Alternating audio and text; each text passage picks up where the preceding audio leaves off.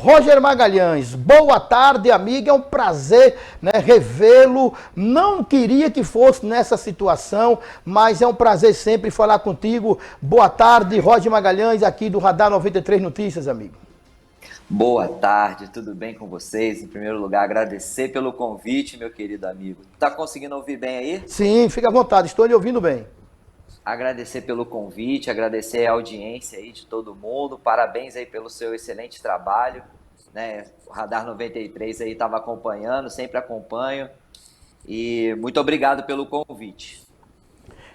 Roger Magalhães, me fala um pouco como foi para você, como um petropolense, acho que é assim que se diz, para quem nasce em Petrópolis, como é que Metropolitana. foi esse momento das fortes chuvas, famílias, famílias, como é que eu posso dizer, famílias que ficaram sem suas casas, foram desabrigadas, toda aquela angústia, as imagens marcantes que o Brasil acompanhou. Como você vivenciou esse momento, Roger Magalhães, aí na sua querida e bela cidade de Petrópolis?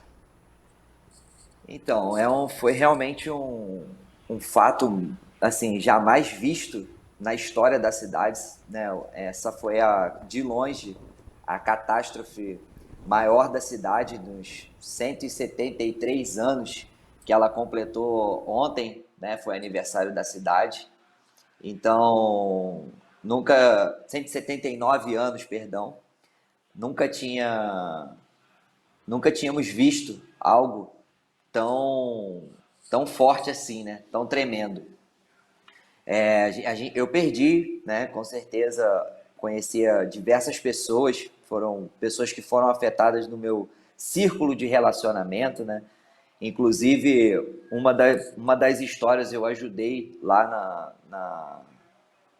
no, dia, no Morro da Oficina, né? Que o pessoal chama, eu ajudei lá nas buscas, né? Ajudei com o que eu podia, mas não dá para ajudar todo mundo. É um sentimento bem frustrante de que a gente acaba tendo de sim, tu se sente potente, caraca, tu te dá vontade de ajudar todo mundo, mas infelizmente você acaba não conseguindo. Então você tem que focar nas pessoas que estão mais próximas de você, né? Porque senão você fica rodando. Eu me lembro do dia que eu subi, eu meio desesperado ainda assim, querendo ajudar todo mundo, e aí tu vai para um lado, vai para o outro, vai para um lado, vai para o outro, e depois tu olha e fala, caramba, não ajudei ninguém. Porque tu fica muito perdido, assim. E a mídia, cara, de uma certa forma, ela não relatou nem. Ela não relatou a metade do que aconteceu realmente na cidade e do que ainda realmente está acontecendo. Só para você ter uma ideia, lá naquele ginásio onde foi feita a Taça Brasil, até hoje tá repleto de lama, né? E ainda não conseguiram tirar a lama, limpar. Algumas coisas onde foi mais afetado, que a mídia deu mais foco, realmente já está funcionando, mas tem muita coisa ainda na cidade parada. E eu tenho um amigo, né, um grande amigo que eu fiz, que foi uma das histórias assim mais chocantes, acho que foi uma experiência de vida muito grande para mim ter passado por isso, que foi eu fiquei sabendo que ele tinha perdido a casa dele, e aí eu fui atrás, né, de tentar ajudar de alguma forma. E aí a gente descobriu que o pessoal estava sem ferramenta, sem enxada, os bombeiros, não aqui falando mal, criticando, eles têm os motivos deles, mas eles não estavam, nos primeiros dias eles não subiram para ajudar, quem estava fazendo o trabalho era toda a população civil, então isso ninguém me contou, né?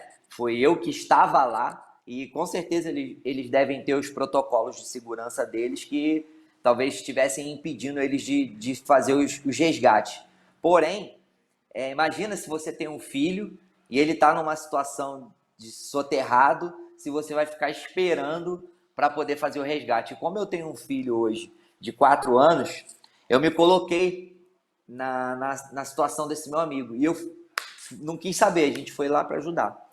Só que, infelizmente, né, já tinha passado 4 dias e foi encontrado o corpo dele, não foi por mim, né, mas foi encontrado o corpo dele já morto, um filho dele de 6 anos. Só que o que eu quero falar sobre isso? Né? Isso é um dos casos, falou muito sobre aquele caso lá do menino que morreu afogado no ônibus, né? Naquela, não sei se vocês têm a imagem aí, mas os 2 ônibus que afundaram e as pessoas que morreram nesse ônibus falaram muito sobre isso. Mas existem muitas pessoas prejudicadas. E esse um amigo meu, depois eu fui mandar uma mensagem para ele, né? Que ele conseguiu desenterrar o corpo e tal. E olha só como é que é a vida. A gente às vezes reclama de problema, que a gente está com muitos problemas, que é isso, que é aquilo. E aí eu fui mandar uma mensagem para ele de solidariedade, porque nesse momento não é dinheiro. Às vezes a pessoa não quer dinheiro, ela não quer o Pix, ela não quer a cesta básica. Eu fui entregar coisa para outros amigos meus, que o cara falou: Roger, tudo que eu tinha, eu perdi, que era a minha família. Eu tenho um amigo que perdeu 7 pessoas da família no mesmo deslizamento. E aí eu mandei uma mensagem para esse amigo meu falando: pô, se precisar de alguma coisa, eu tô aqui e tal. Cara, ele me deu uma lição de vida, e é por isso que eu quero compartilhar para quem está assistindo. Ele virou para mim e falou assim: Roger, eu tô tranquilo, eu não tenho como mudar o que aconteceu. A minha cabeça, eu sou grato a Deus por tudo que está acontecendo, porque com certeza Ele quer me ensinar alguma coisa em função disso. E tudo que tu me falar, eu te agradeço, pô, sei que eu posso contar contigo, mas, cara, eu tenho que seguir em frente. Eu tenho que seguir em frente porque eu tô com a minha boca no lugar, com meus olhos no lugar, eu tenho saúde, eu posso correr atrás e fazer em homenagem ao meu filho, que quando eu tirei ele debaixo da terra, ele já estava sem os olhinhos e com a boca cheia de terra, e ele não pode fazer mais nada. E eu tenho certeza que no momento certo, se Deus quiser, eu vou encontrar com ele novamente, e eu quero dar orgulho para ele nesse momento. Então já voltei a trabalhar, já estou trabalhando de novo. Então, cara, ele falou isso com uma serenidade, e assim, eu fiquei pensando, cara, eu não sei se eu teria força para viver esse momento, né? Então, dizem que Deus dá a cruz que cada um pode carregar. Correto. Então, assim, para resumir, realmente foi uma catástrofe, e assim, eu falando aqui, talvez nem passe 1% da sensibilidade do que aconteceu realmente, enfim. Mas é vida que segue, vamos continuar. Graças a Deus, ninguém da minha família foi afetado, né? Mas eu me solidarizo pelas pessoas, pelos amigos que eu tenho, né? A gente fez o que era possível. Roger, na sua visão, para a gente fechar esse aspecto, na sua visão, como deve prosseguir agora a cidade de Petrópolis? Ainda estão chegando as ajudas comunitárias, o governo está se somando, porque hoje já saiu do foco, né, da imprensa de todo o Brasil, todo esse momento de catástrofe. Mas como vai andar a partir de agora Petrópolis, na sua visão? Eu quero até te parabenizar pela abertura, né, o espaço que você está dando para esse tipo de assunto, porque foi como você falou, o foco não é mais isso, porque a gente sabe que para muita parte da imprensa, para uma boa parte da imprensa, o que vende é a tragédia. Como a tragédia já passou e isso não está vendendo mais noticiário, então o foco já não é mais disso, né? São outras coisas. E claro, cada lugar tem o seu momento de dificuldade, mas o que eu enxergo nesse momento é que o que a gente precisa fazer como cidadão é fiscalizar, porque foi liberado verba do governo federal, existe diversas pessoas que continuam fazendo doações, inclusive agradecer a todo mundo que ajudou, porque é nesse momento que a gente vê que ainda existem pessoas boas no nosso mundo, no nosso país. De uma certa forma, eu acho que ajudou tanto que teve um episódio agora há pouco tempo de roupas que foram doadas, que chegou tanta roupa e as pessoas não conseguiram organizar, que essas roupas estão lá até hoje. E o que era para chegar na mão das pessoas, está virando, para não virar lixo, eles venderam as roupas que foram doadas por um valor para poder dar esse dinheiro para as pessoas que perderam suas casas. Porém, eu fico imaginando que a falta de desorganização e a falta de desordem que nesse momento a gente não tem como nem culpar ninguém, mas que acontece no momento de tragédia, a desorganização, falta de planejamento, porque ninguém espera isso acontecer, né? Então eu acho que o que a gente pode fazer, a minha visão em relação a realmente dar um resultado mais positivo é a fiscalização. A gente precisa fiscalizar, porque da última vez que teve a tragédia no Boa Esperança, o dinheiro, até hoje teve família que não recebeu o dinheiro que foi liberado para a tragédia. E agora existe um valor que eles estão liberando de R$ 1.000 para o pessoal poder ajudar no auxílio aí das casas populares, o que eu acho extremamente absurdo, porque ninguém consegue hoje, no país que a gente vive, alugar uma casa com R$ 1.000 de ajuda, né? Mas, enfim, eu acho que a gente não consegue ajudar todo mundo e o que a gente pode fazer nesse momento é realmente fiscalizar as autoridades. Muito bem, Roger. Quero aqui de antemão agradecer toda a receptividade quando nós estivemos aí em Petrópolis para a transmissão daquela Taça Brasil Sub-20, onde estivemos aí por 10 dias. Muito obrigado por tudo. Não poderia deixar de passar em branco, trazê-lo como uma representatividade por tudo que Petrópolis passou, porque eu sei do seu conhecimento da cidade de Petrópolis, sei do seu nível de amizade com todos os órgãos públicos do município de Petrópolis, enfim, algo que tenha, Roger, fugido da nossa curiosidade jornalística, fique à vontade e nos passa um pouco do que você faz hoje nesse momento. Não, eu que tenho que agradecer aí mais uma vez, pode até parecer redundante, né, mas o que eu quero dizer, assim, deixar como reflexão, é que a gente precisa fazer o que está sobre o nosso controle e fazer hoje. Porque o amanhã a gente não sabe como vai estar, né? A gente nem sabe se o amanhã vai chegar.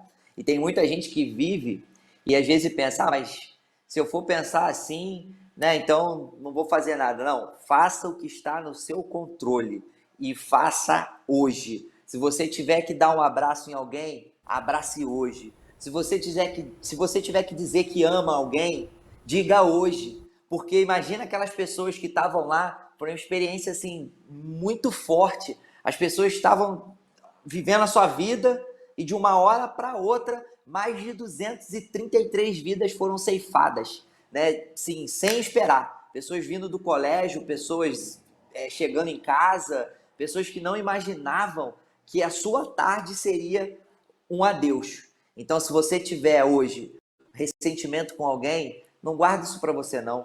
Vai lá nessa pessoa e abrace ela, perre ela, porque o que a gente vai levar da vida não é o que a gente compra, não é o que a gente tem, é o que a gente vive. Então, viver em paz, eu acho que é o melhor caminho para a gente construir uma sociedade melhor. Bom, então, eu só te agradecer por isso, né? A recíproca é verdadeira. Em relação ao que eu faço hoje, né? Você sabe que a gente fez a Taça Brasil porque eu sou presidente de um clube de futsal da cidade, né? Eu mexo com a parte de esporte, é um dos pilares. Hoje eu sou mentor do melhor jovem jogador do mundo de futsal, eleito 2 anos consecutivos, né? É um fenômeno, é o Leozinho. Quem quiser depois seguir o Instagram dele lá, coloca lá, porque é um garoto que saiu daqui de Petrópolis e eu faço a mentoria desses atletas, né? Então eu tenho uma empresa que eu construí baseado num problema que eu enxerguei dentro da sociedade, que são vários atletas. Eu não sei aí na tua cidade se o pessoal gosta de esporte, se o pessoal gosta de futebol, né? Mas e futsal o que eu também. enxerguei, eu não sei se o pessoal tem esse problema aí, mas aqui eu vejo muitos atletas buscando, às vezes, um empresário para ser jogador de futebol, quando na verdade não é isso que ele precisa. Ele precisa primeiro construir uma base, ele precisa construir uma solidez, ele precisa construir os pilares. Então a nossa empresa ela constrói os pilares para os atletas, para que depois ele vá pensar no empresário, né? Porque muitas das vezes os empresários hoje, eles não vão pegar um atleta que está começando, eles não vão pegar um atleta que ele não enxergue potencial, que não tenha material, que não tenha vídeo, que já não tenha um lastro no esporte. Então a minha empresa de mentoria esportiva, Ela ensina o atleta a construir um lastro esportivo baseado no método de aplicação em foco, gestão e disciplina. Então, a gente trabalha com esses possíveis potenciais atletas, mesmo que ele ainda não seja, mas que ele tenha o sonho, a construir esses pilares dentro desses 3 pontos: foco, gestão e disciplina, trabalhado num método que aplica a transmissão do conhecimento, a ambiência e as atividades, para ser muito mais do que algo motivacional e que frases reflexivas. A gente tem as atividades práticas para que o atleta tenha mais possibilidades de se transformar num jogador de futebol, que foi assim que eu fiz com o Leozinho, que hoje é o melhor jovem jogador do mundo, eleito 2 anos consecutivos. Muito bem, Roger. Nosso muito obrigado. Estamos já no final, na reta final do nosso programa de hoje, mas muito obrigado pela disponibilidade, pela atenção, e nós estaremos aqui sempre à disposição. Leve esse calor humano de todos nós sergipanos a este povo guerreiro e que vai sim superar tudo isso, que é este povo aí, essa comunidade, essa cidade querida que é Petrópolis, aí na Serra Carioca, aí no Rio de Janeiro. Forte abraço, meu amigo Roger Magalhães, e muito obrigado. Eu que agradeço. Obrigado a vocês e estou esperando o convite para conhecer Itabuana, hein? Itabaiana, terra boa. Vamos trazê-lo aqui, Itabaiana. sim. Vamos trazê-lo aqui para você dar um curso desse aí para muitos professores do futsal aqui de Itabaiana, enfim, do estado de Sergipe. Um abraço, Roger. Tamo junto. Fica com Deus, querido. Abraço. Um abraço.